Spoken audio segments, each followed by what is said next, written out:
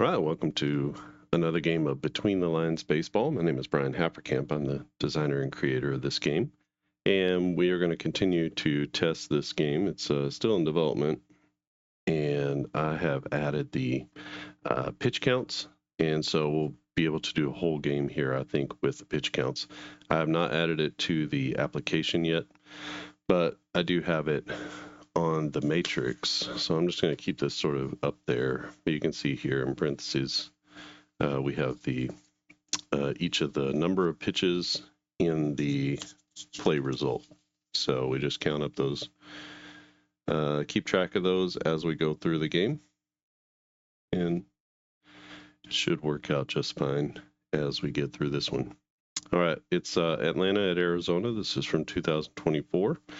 It'll be Chris Sale on the mound for the Braves and Zach Gallen for the Diamondbacks. So just to show you kind of the bottom information, I'm not going to show that throughout the game, but you can see Sale and Gallen. Gallen 79 pitches is his stamina. Sale 92. So I've gone ahead and configured their 75%, 100%, and 125% ratings, and then we'll subtract one off of their pitch stuff and location, not hold. But these first three, we'll subtract one at 75%, we'll subtract two at 100%, and three at 125% if they should get there. So same thing here.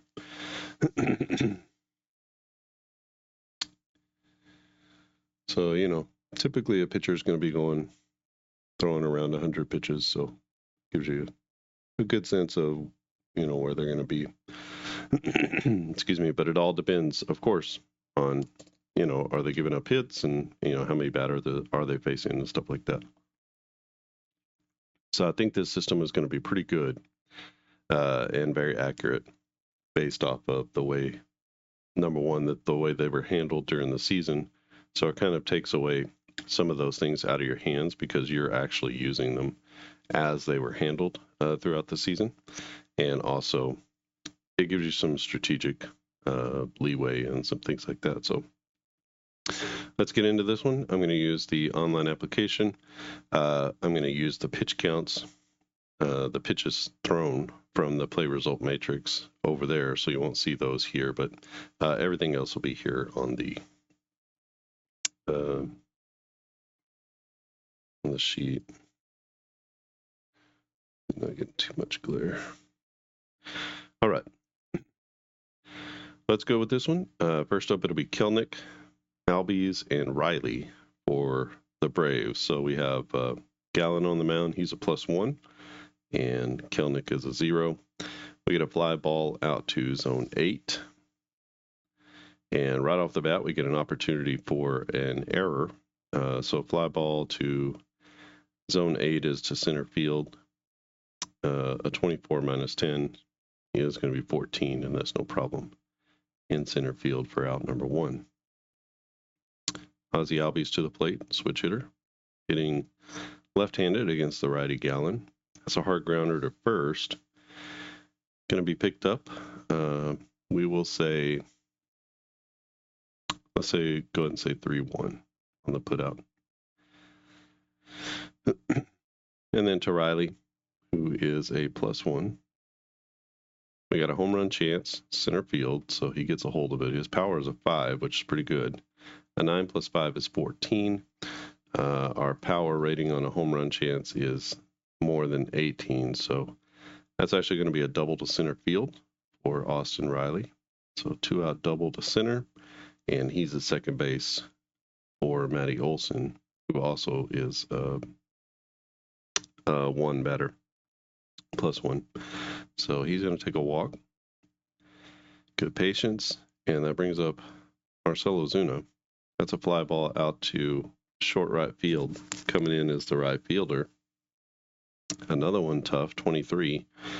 23 minus 9 is more than enough, so that's going to be F9 on the putout.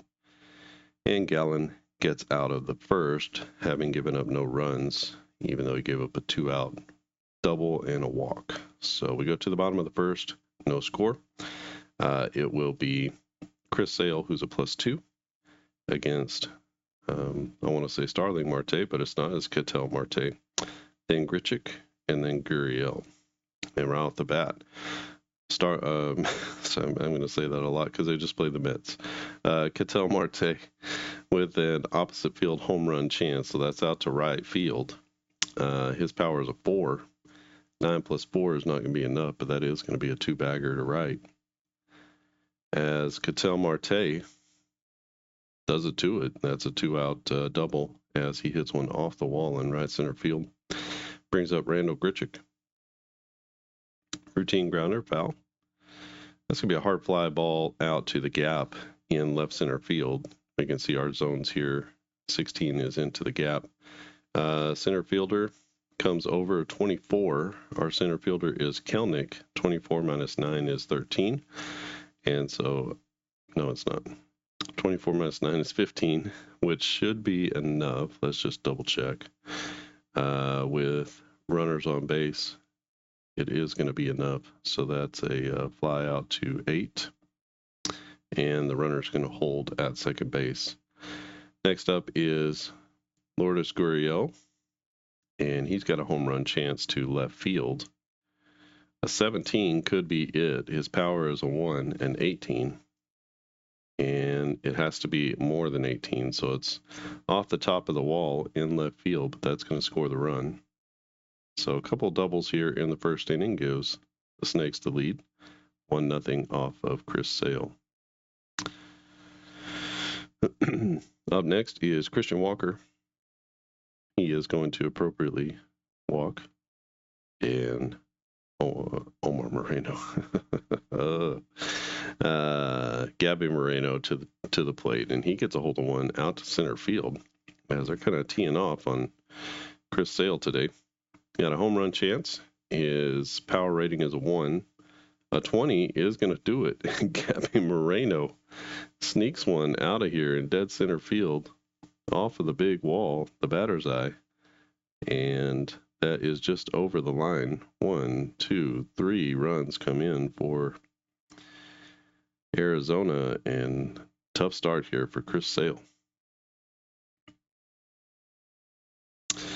Wow. So 4 runs right off the bat, only 1 out, and Chris Sale getting ambushed a little bit. My goodness gracious, another home run chance. This one is pulled down the right field line. A 3 is not going to be it, but another extra base hit. As McCarthy, I didn't even get a chance to get his name out. McCarthy pulls into second with a 1-out double. Brings up Eugenio Suarez. He is going to strike out. I just realized that I'm not even doing the pitch counts here. We'll call it 28 pitches. How about that? That'll be close. And then Alec Thomas to the plate. He also is a 0. That's a line drive to zone 11. Coming over is the left fielder, and he'll make the catch.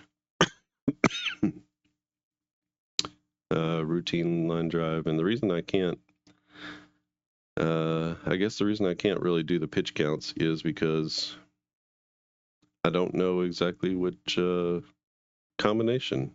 That's probably part of why I'm not doing that. All right, we'll have to save that for another day. So he does make the catch. That's going to be a liner to left, and that'll be the 3rd out of the inning. So they're out of it, but Chris Sale gives up 4, and it is 4-0 as we head to the top of the 2nd inning. Gallen goes out with a nice lead. It will be Duvall, Rosario, and Murphy. Foul ball. His stuff is a 5, so that's going to be a strikeout for out number 1. -3 for Rosario. Soft grounder to the second baseman. 23, and our second baseman is Marte. He's going to make the play. And that brings up the catcher, Murphy. That's going to be a line drive into short right field. Down the line between the first baseman and the right fielder. Coming in hard is the right fielder. And that is going to be a nice play in right by McCarthy. So 3 up, 3 down. Go the Braves. In the second, nice comeback inning there for Gallen, and shuts down the Braves offense. Go to the bottom of the second, it'll be Newman, and then back to the top with Marte and Grichuk. Let's see if Chris Sale can put together a little better inning here. Pop up to second base. That's going to be caught by Ozzie Albies. P4. And that'll bring up Marte. Marte in his first at bat doubled and scored. That's a hard liner to short center field. Coming in is the center fielder, Kelnick, and he'll make a nice running catch for out number 2. Randall Grichuk flied out his first at bat. He's going to hit a little soft grounder to the shortstop. Coming in hard is the shortstop. 21 to Arcia, and he will make a nice play on the run for the third out. So Chris Sale sails through the second inning, and we go to the top of the third. It will be Arcia, Kelnick, and Albies for the Bravos. Arcia, -1 hitter. That's a hard fly ball to deep center field, so that's hit to this very deep center field part. And we need to do a home run check first. His power is a 1. No home run on the play, and so we do the error check, so the ball's going to stay, excuse me, man. Ball's going to stay inside the park. A 22 on a range or an error play. 22 is going to be greater than. So that's actually, well, maybe not. Let's see, center fielder. Nope, Thomas is going to get there. Make an over-the-shoulder catch.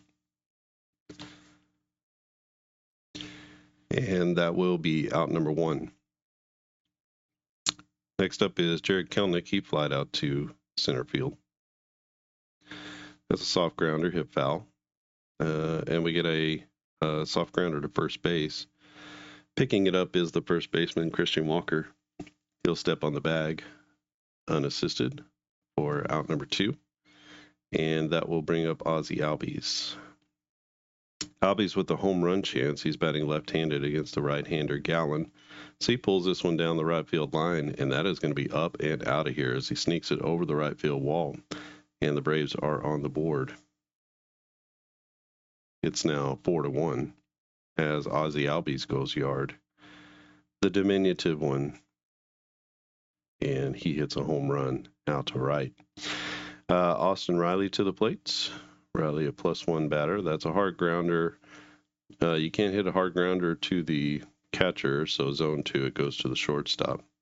21 to the shortstop. Shortstop is Newman, and he is going to make the play to first base on a tough one-hopper. But the Braves get on the board. We go to the bottom of the third. It is 4-1 Arizona, and they'll face off against Chris Sale. Sale with a 1-2-3 inning in his last inning. Let's see if he can repeat that. That's a fly ball out to left field, can of corn. 22 to the left fielder is no problem for Rosario. He's an excellent left fielder. Not great hitting the ball last year, but good play in the field. We get a +2. That is Christian Walker, and he's going to strike out. He's now 1 for 2, or 0 for 1, I guess, with a walk. Next up, Gabby Moreno. That's a line drive to short center field. Coming in hard is the center fielder, Kelnick, and he'll make a sliding catch on that low liner. He's out there running all over the place, and he makes the catch for out number 3. 3 outs as Chris Sale turns around and gives him a little slap of the glove, a little applause. Nice play by the young Kelnick. We go to the top of the fourth. It is 4-1 Snakes over the Braves, and it'll be Olson, Ozuna, and Duvall against Zach Gallen.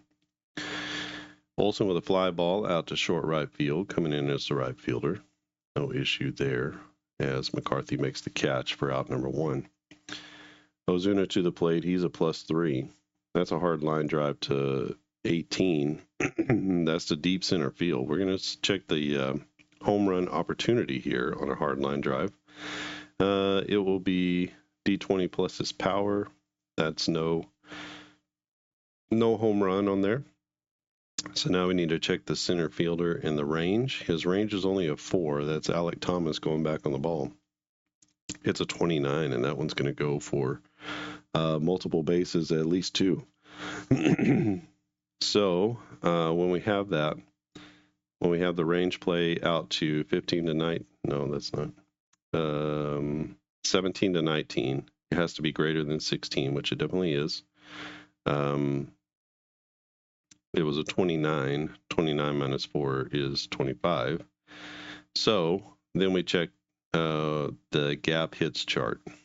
So we need to roll a D20 because our gap hits chart is here. And we do the D20 plus the speed. So 11 plus Ozuna's speed of 2 is a 13.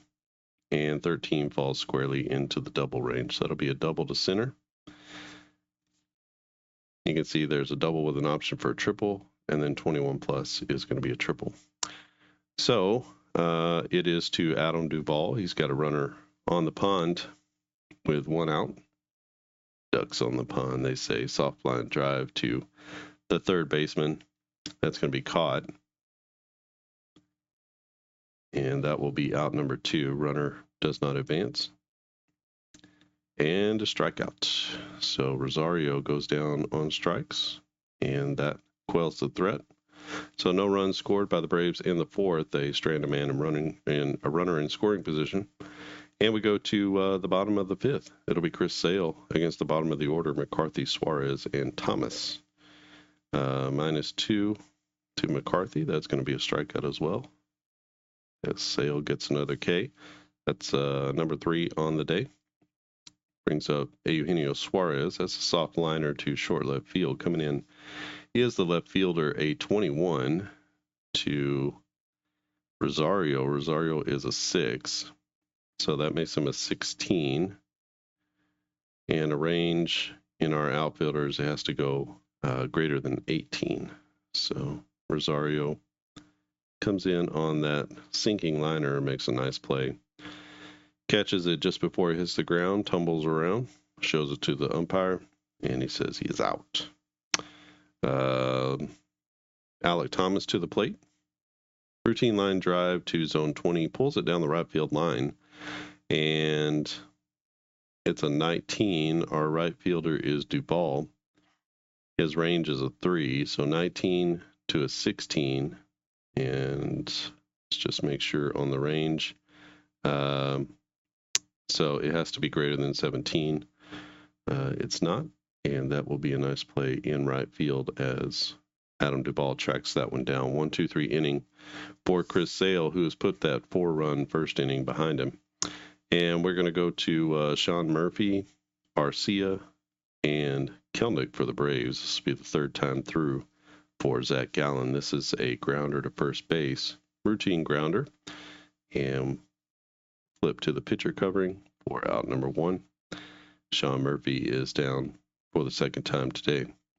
Arcia to the plate. He flied out his last at bat. He's going to hit a line drive out to right field, and that's going to be caught in right by McCarthy for out number 2.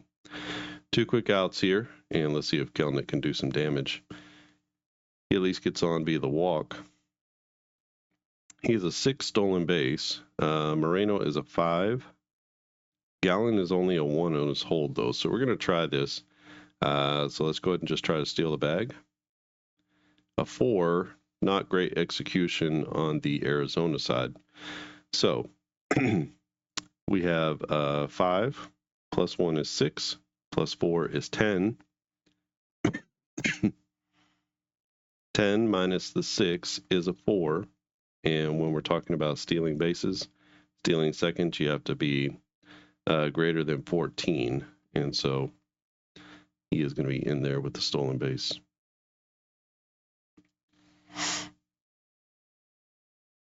Ozzie Albies to the plate with a man in scoring position. He homered his last time up. He's going to hit a ground ball to zone 7. Technically, that's to the outfield here. But when you hit a ground ball to the outfield zones, there's another roll that happens in the background that decides did the ball get through or not. For a single, it did not here. I think it's a 1-3, it gets through. Otherwise, a fielder gets it, and then there's an assigned fielder or a roll that you have to do to assign a fielder for different zones in the outfield. So this one to zone 7, the third baseman gets to it. A 16, though, that's not a gimme. 22 to Eugenio Suarez. 22 minus 6 is a 16. And a 16 with a runner on base is going to be a ground. Yeah, that's going to be a good play. Doesn't matter what happens. So we'll go 5-3 on the putout, and that's going to end the inning. So the Braves strand another runner in scoring position. They've left a couple in the last couple of innings. We head to the bottom of the 5th inning. Chris Sale goes back out. He'll face off against Newman, Marte, and Grichuk. Newman, a -3 hitter. He's in there for his defense as he strikes out for the first time today. Next up is Ketel Marte. Soft line drive to the right fielder. 21 to Duvall. Duvall, a good right fielder. He's going to make the catch. So we'll go F9 out there. That's out number 2. And for Randall Grichuk, he is 0 for 2 on the day with a fly out and a ground out. He's going to hit a pop-up to the infield. And coming over is the third baseman, Riley, near the mound, and he's going to make the catch for out number 3. So Chris Sale doing it to it now as he's gotten lathered up and warmed up. We go to the 6th inning. It is 4-1 Arizona over my Braves. It will be Zach Gallen out there again. He'll face off against Riley, Olsen, and Ozuna. So tough customers here as Riley hits one foul.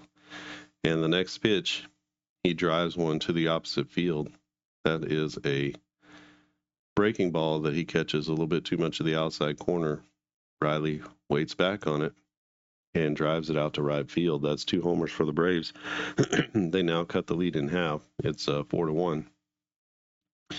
So it is Olsen to the plate. That's going to be a soft liner to short left field coming in. He is the left fielder. Who is that? Grichuk, who makes a nice catch. And left for out number 1. All right, Ozuna to the plate. 1 out, 1 in. And Ozuna takes a walk. He's on base for the second time. Just a steal of 4. He's not a threat to ever really steal a bag. And the next one up is Adam Duvall. Duvall is going to hit a fly ball out to right field. That's a can of corn. As McCarthy, the right fielder, is under it, makes the catch. And scrambling back to first is Ozuna. -3, Rosario. Soft liner to the gap in center field. Coming over is the center fielder. And Alec Thomas is going to make the catch on the move. And that will be out number 3. So the Braves strand 1 in the 6th. And we go to the bottom of the 6th. It is 4-1 Arizona over Atlanta. Gurriel is first up, then Walker, then Moreno. Tough line drive to the gap. The center fielder, Kelnick, is coming over, 22. 22 minus 5 is 17, and I believe that's going to be enough. It is not, actually, so that ball is going to fall. So you can see here, outfield 15 or 16. It has to be 15 or less, and it's not, so we're going to have the ball drop, and we got to look at the speed here. It's a 5. So D20 plus 5 is 16, and then we look at our gap hits. A 16 is a double with an option for a triple, and so that ball gets down, goes all the way to the wall. Kelnick has a 6 arm.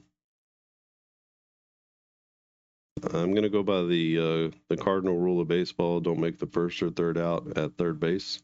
He's not a blazer, so We're going to go with he stops at second base. Takes a big turn, though, thinks about it. But he's going to stop there and let Walker drive him in. It is instead a strikeout by Chris Sale. That's K number 1, 2, 3, 4, 5 for Sale. And it will be Gabby Moreno to the plate. Ooh, back-to-back Ks.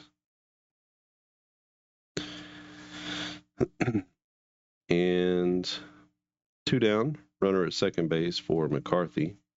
Can you get the big hit? That's a hard fly ball to zone 9, so a sky-high pop-up to the right fielder. Under it is Duvall, and he'll make the catch for out number 3. So Arizona strands a leadoff double, and we go to the top of the 7th.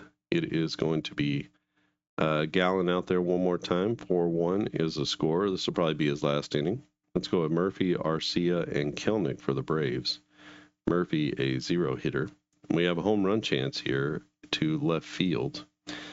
Murphy's power is a 3. That's not going to be enough, but it is going to be a double as he one-hops the wall and left.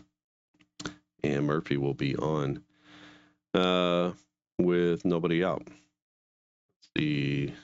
We get a walk, and that's going to be the end of the line for Zach Gallen. Let's get a new pitcher in for Arizona.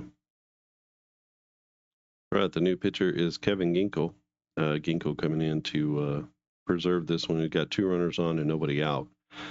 He is a +2 on his pitching, and he replaces Zach Gallen, who goes 6 innings. So mark that. He goes 6 innings, and we will see if Ginkel can get out of this mess. It'll be at the top of the order. Kelnick, Albies, and Riley now. Routine grounder to zone 3. It is caught, and we're going to go to second for 1. So that's the fielder's choice for first out.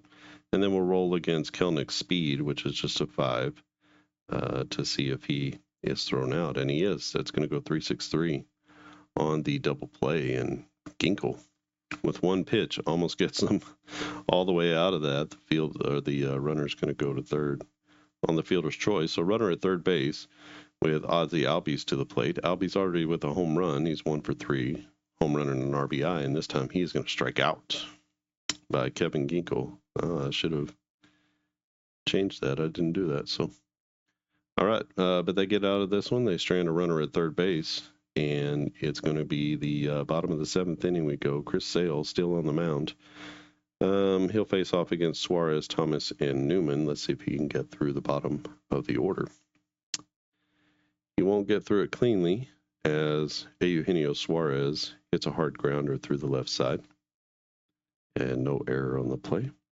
So he'll be at first base with nobody out. Next up is Alec Thomas. Thomas also a 0 hitter. He strikes out. And Newman to the plate, who is a -3. Let's go ahead and bunt with Newman. We have our sacrifice bunting chart here. Just see that part.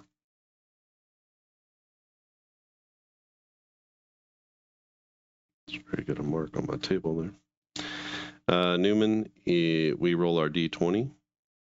It's a 3. Missed bunt attempt. Got to re-roll. A 19. Good placement. Zone 5 range check. So the range target is a 12. And so we do a typical range check for zone 5. We'll call that a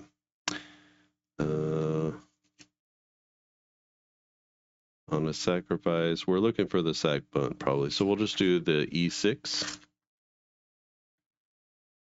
And we'll see if the third baseman makes the play. He does make the play. So a 16 minus whatever. His range is 5. So that's going to be an 11. So 16 minus 5 is 11. He's going to make the play. And it'll be a 5-3 put out. So the sacrifice is good. That's a little cumbersome. So the sacrifice is good. We get the runner to second base, and it is Ketel Marte coming to the plate against Chris Sale. Oh, the big lanky lefty strikes him out. So with the runner at second base, Marte goes down. He's now 1 for 4, and that prevents Arizona from scoring. So we go to the top of the 8th inning. It will be the heart of the order, Riley, Olson, and Ozuna for the Bravos. And we'll leave Kevin Ginkel in, see if he can get through the order here. And he does not. Right off the bat, Austin Riley pulls one out to left field, and that is his second home run of the game.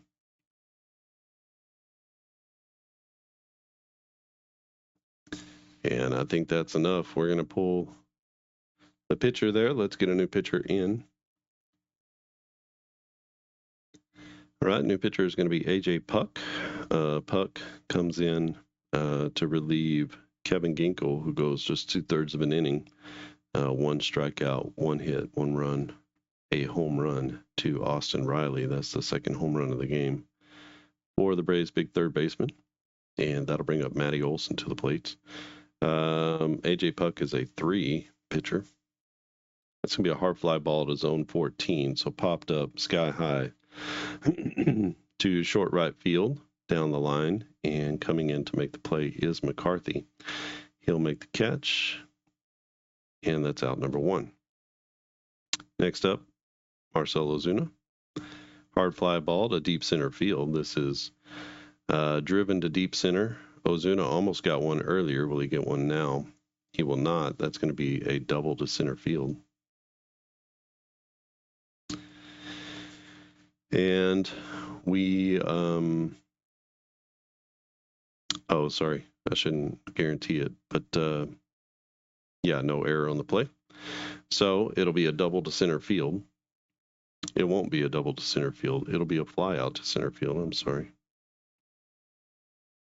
Since there's no error and no home run, there's an out on the play. So hard fly balls, hard line drives and hard fly balls to the very edges out here, 17, 18, 19, you do a home run check. And if not, then it stays in the park. So I need to be a little sharper. All right. Last chance here in the 8th is Duvall, and he is going to strike out. Is the stuff less than 5? It is definitely not. It is 9. He's got the nasty stuff as he gets a strikeout. So A.J. Puck comes in. The Braves do get 1. It's now, there was another run in there. Where'd that come? 1st, 2nd, 3rd, 4th, 5th, 6th.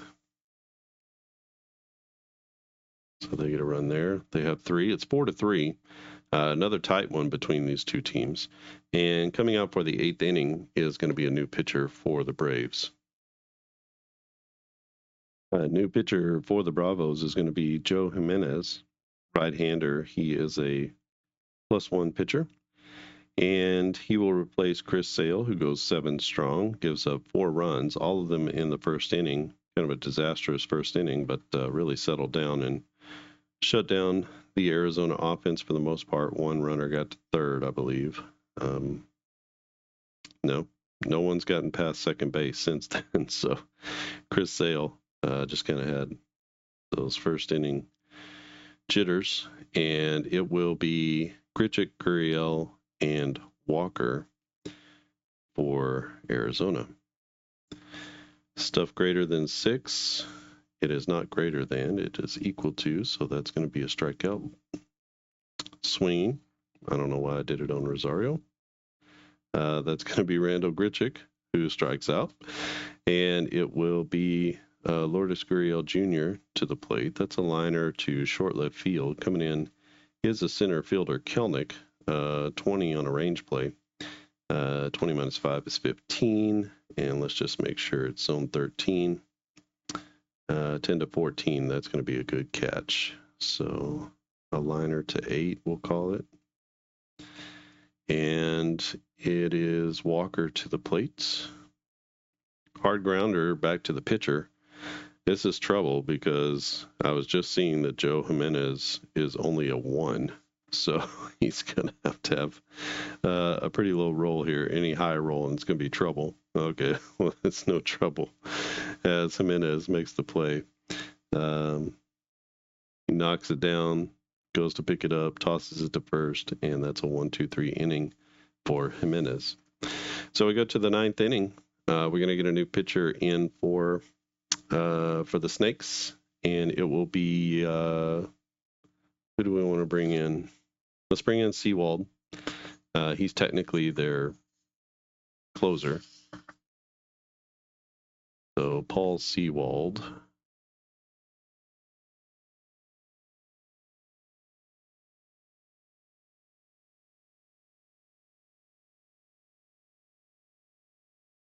He's a righty. And he is a -2.673. But he will come in right here. It's the bottom of the order. Let's see what the Braves can do. Let me just look here really quickly to see if they have anybody on the bench. Whit Merrifield, Eli White. There's not a lot of anybody on the bench that's gonna like knock your socks off here.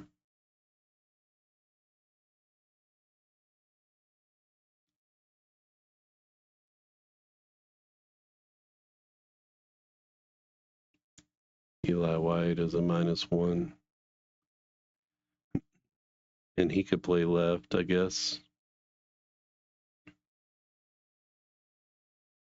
But you want to keep that lefty in there, so let's just go ahead and do that. I think that's what they would normally do. Let's just go with Eddie Ross, see if he can be a hero.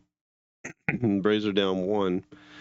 He's going to be a -3 against a -2 pitcher, so we'll see how this goes for Arizona. That's grounded foul.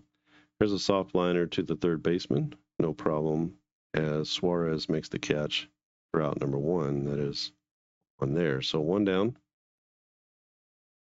on the liner to third base. Brings up Murphy to the plate. Murphy is 1 for 3 with a double. Oh, and he tags one. A jack to left field for Murphy. If I remember right, they got to Sewald in one of the games. Came back on him or something. It is Arcia to the plate now. We have a tie ball game, and we get a strikeout. His stuff is a 6. It's not less than 5, so that's a strikeout, out number 2.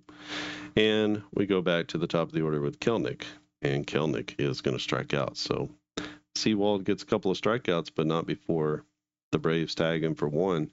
That's going to tie the ball game at 4 as the Braves have chipped away at this 4-0 lead and finally have come all the way back. So they're going to send out Raisel Iglesias,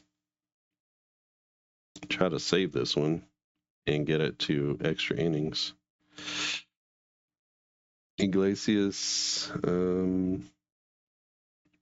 is a 1.663.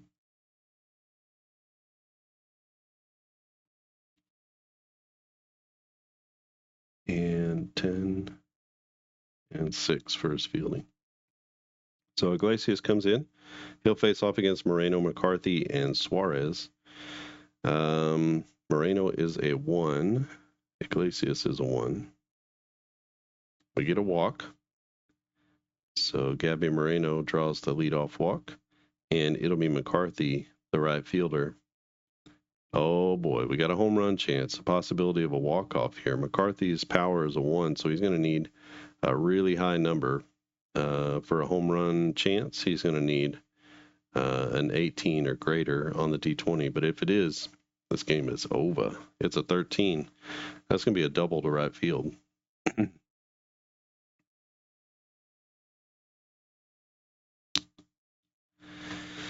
The question is, do we want to try to send the runner? He is an 11, Moreno is. Our right fielder is Duvall. His arm is a 5. So right now, and then are there any modifiers? So it's a home run chance. So it's this one. It's a +2. The ball is hit to right field behind the runner. So that's a +3. That's a really good chance here. we're going to send them. So basically we have 11-14, and then the throwing is a 5. So that's a -9. We're trying to score from first to home. They've got to have a 12 or better.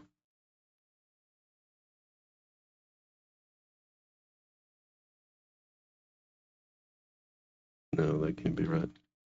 Well, it's got to be really high. We'll figure it out. All right, we're sending them, and nobody out. They're going to send Moreno. And let's see, a 5. I don't think they're going to get him. So for Duvall, 5 + 5, D20 plus the outfield arm is a 10 minus, what I say, 11 plus 3 is 14. 10 minus 14 is -4. And that's not even going to be close as Moreno comes around to score. And that is going to be a walk-off winner as they are throwing water and ice and buckets of bubble gum all over McCarthy as he's out at second base, and Moreno comes home to score on the double. This is a game-winning RBI. And another tough luck loss for the Braves as they hold them down until the very end. It's Iglesias who has a hard time finishing this one off. And that is a 5-4 win, which is good because I don't have a lot of time this morning. That's how it goes, right? You don't have much time, and so it's going to be like a 16-inning game. But not this time, as Arizona pulls this one out in the bottom of the 9th. That's 2 games in a row I've played that they've won the game in the bottom of the 9th inning. Getting a little frustrating. Let me fill out the pitchers, and I will finish this one off. All right, and we're back with the totals here. It's going to be a 5-4 victory for Arizona. For Atlanta, it will be 4 runs on 7 hits and no errors. The Diamondbacks, 5 runs on 7 hits and no errors. We had a 2-home-run game here by Austin Riley, also a bomb from Ozzie Albies, and one from Sean Murphy. This one tied the game briefly in the top of the 9th inning, clutch home run. That led to a blown save for Sewald, but Sewald on the mound when Arizona goes out. They get a walk from Moreno, they get a double, and Moreno comes around to score from first on the double to right field from Jake McCarthy. And so taking the loss is going to be Iglesias. Chris Sale, 7 innings, 6 hits, 4 runs, all earned, 1 walk and 8 Ks. You can see here was a rough first inning, but after that, he dominated Arizona. For Zach Gallen, it was more of the opposite. So he kind of did pretty well in the beginning, was starting to give up more walks and home runs as we got along. 5 hits, 6 and 3rd innings, 5 hits, 2 runs, 4 walks and 2 Ks, kind of a strange line for him. But Ginkel comes in. He gives up 1 run. Puck, scoreless. Sewald gives up a run, but winds up being on the mound whenever they get the game-winning RBI in the 9th. So this is playing between the lines baseball, and you can see how this speeds up the game quite a bit. I thought we were going to be able to incorporate the pitching stamina, but without knowing what the plays are and what the matrix of the play and the pitch, because you can see here, you need to know what the pitching type is, or I guess what the pitching, you can see here. We need to know if it is terrible, what is the pitching number, and we need to know the batting number to be able to get those. So I just need to input those into the application so that we'll know what those are. But without that, I had no idea whether it was a routine grounder because the swing was good, or was it because the swing was average? You know, if you don't know that, then can't really figure out the pitch counts. So I'll have to add that to the application, and then that will be part of the next game that we play. If you are interested in this, just let me know. I think some people have been interested in the concept. I'm going to continue to work on it and just see if there's more that can be done, adding to the game or making it better. If there's anything you see, you can bring it up and put it in the comments section below. You can also email me at clarkandaddisongaming@gmail.com. If you want to support me, one good way is to just give this video a thumbs up. You can also subscribe. More subscribers mean that Google has more respect for you. And then they'll show your content to more people. If more people see this, these types of games, which are not old legacy games, but new games, fresh, using new ideas like launch angle and barrel percentage and stuff like that. That's what this game is completely based on, the hitting part. The pitching part, pitching stuff and location are brand new sabermetric stats called Pitching Plus, Stuff Plus, and Location Plus, which look at the actual performance of the player as opposed to the outcome of the player. So pitching looks at the holistic pitching performance, not just the outcome of an ERA or even a FIP.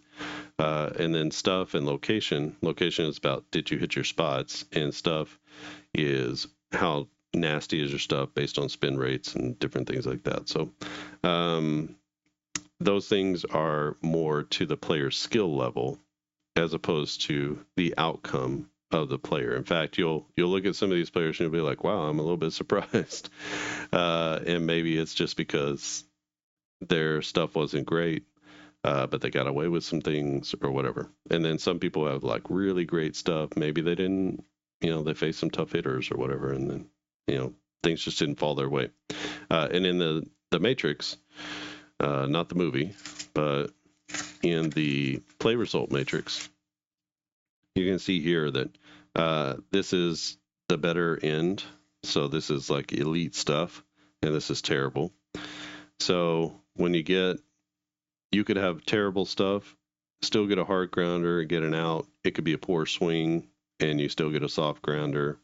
You can take a walk. You can have bad stuff and have a home run, or you can have a soft line drive. Kind of depends on the way the batter approaches the at bat. And then these numbers here that are batting numbers sort of drive the player to worse swings or to better swings, to less patience, to more patience.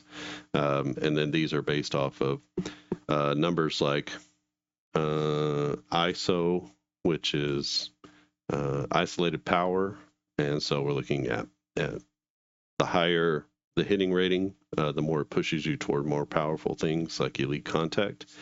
It also is based off of walks and walk percentage. So the higher rated players have more power and more walks. So it's more of a 3 outcome kind of thing, but it also takes into account barrel percentage, hard hit percentage. So these are things that are more, again, like the pitchers, they're more geared and oriented toward the player's performance as opposed to his outcomes. Obviously you can have a hard, high barrel percentage and just make a bunch of outs, and maybe your expected OPS is 100 points higher than your actual. That kind of thing does happen. Those players are going to be rated higher with their hitting, but it's still no guarantee that they're going to do great, right? So it's very muddled and messy, and much more than if I just looked at outcomes and said, okay, I'm going to try to make sure this player gets to the outcome. What we want to do, I don't even know how you would gauge the statistics of a game like this as to, is it accurate? It's accurate to the things that I have laid out as important things for the hitting rating, but how do you gauge when it's so muddled what the player's batting average is going to be? It's very difficult, and so I like that ambiguity because it feels like baseball. You shouldn't know what's going to happen with a player every single time. So to me, and I know a lot of traditional gamers are not going to like that because they can't guarantee that they're going to hit their stats or whatever. at the end of a replay. But if you don't care about that, this might be a great game for you. If you care about the player's performance itself, as opposed to hitting particular benchmarks, or a guy needs to hit 230 or 235 because he hit 234 in real life. If you don't care about that kind of stuff, then this game is going to be perfect for you. The players are going to perform as they did in real life, but it's also going to be kind of the muddled mess of the batter, the hitter, pitcher interaction. And then out in the field, the ball can go anywhere in these zones, and each zone has kind of a different player who can go out and get it. So it's still a little bit muddied, once you get out into the field. And then it's really based off of the difficulty of the play as opposed to just the error, or just did the holistic range of the player determine it. It's how difficult is the play, and then we also look at the range rating of the player. And so we're looking at, did he make the play in a more holistic sense?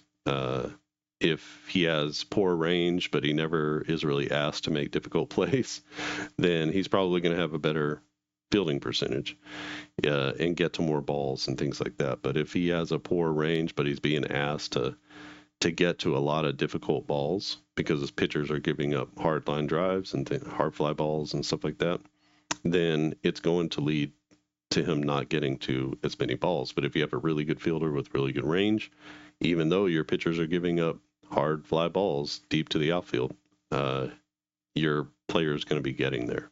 So it really puts an emphasis on the players themselves and what kind of player is this, and less on the outcomes of the game, because you can't really decide that this is what's going to happen. So kind of a muddied mess, but a beautiful muddied mess, I'll put it that way. And so if you've been watching the games, you'll see it looks and feels like real baseball. It looks and feels like things are moving and dynamic, and I love that. This is the game that I've probably always wanted to create.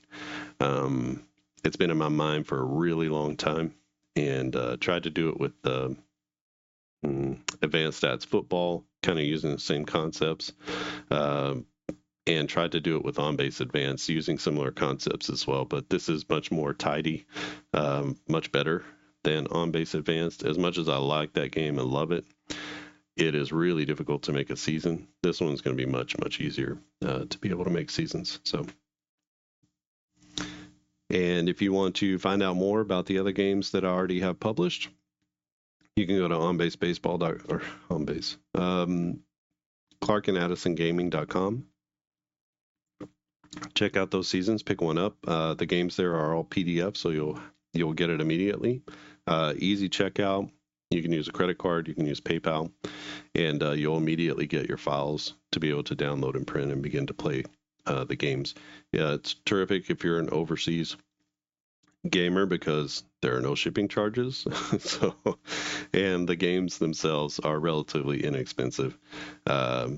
Usually I try to keep everything under $20 US dollars. So it should be pretty inexpensive for most people, including here in the US. I know, economic things are always sort of in flux here lately. And so you can still pick up a season, play a game. Go to the free section. There's tons of things to download for free. You can try these things out.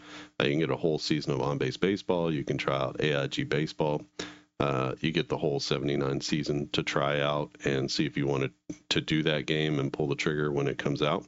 It's in beta. If you see anything wrong or something that could be added, that would be great. Just let me know. Send me an email. Or you can go to the contact form on the website and send me a message that way. All right. Braves fall again. This was the previous game. Previous game was 3-2. You can see they squandered a 2-run lead, gave it up in the bottom of the ninth. It was Iglesias again. So for the second night in a row, Iglesias gives up an RBI double, which brings in the winning run. And tough times for him down in Arizona. But that's the way it works sometimes, and that's how it worked here. 5-4 is the win for Arizona. They win on a game-winning double from McCarthy in the bottom of the ninth as Moreno, the catcher, chugged around third base and made it home. And we are going to wrap this one up. I think that's it from here. Thanks for watching, and I'll see you again next time.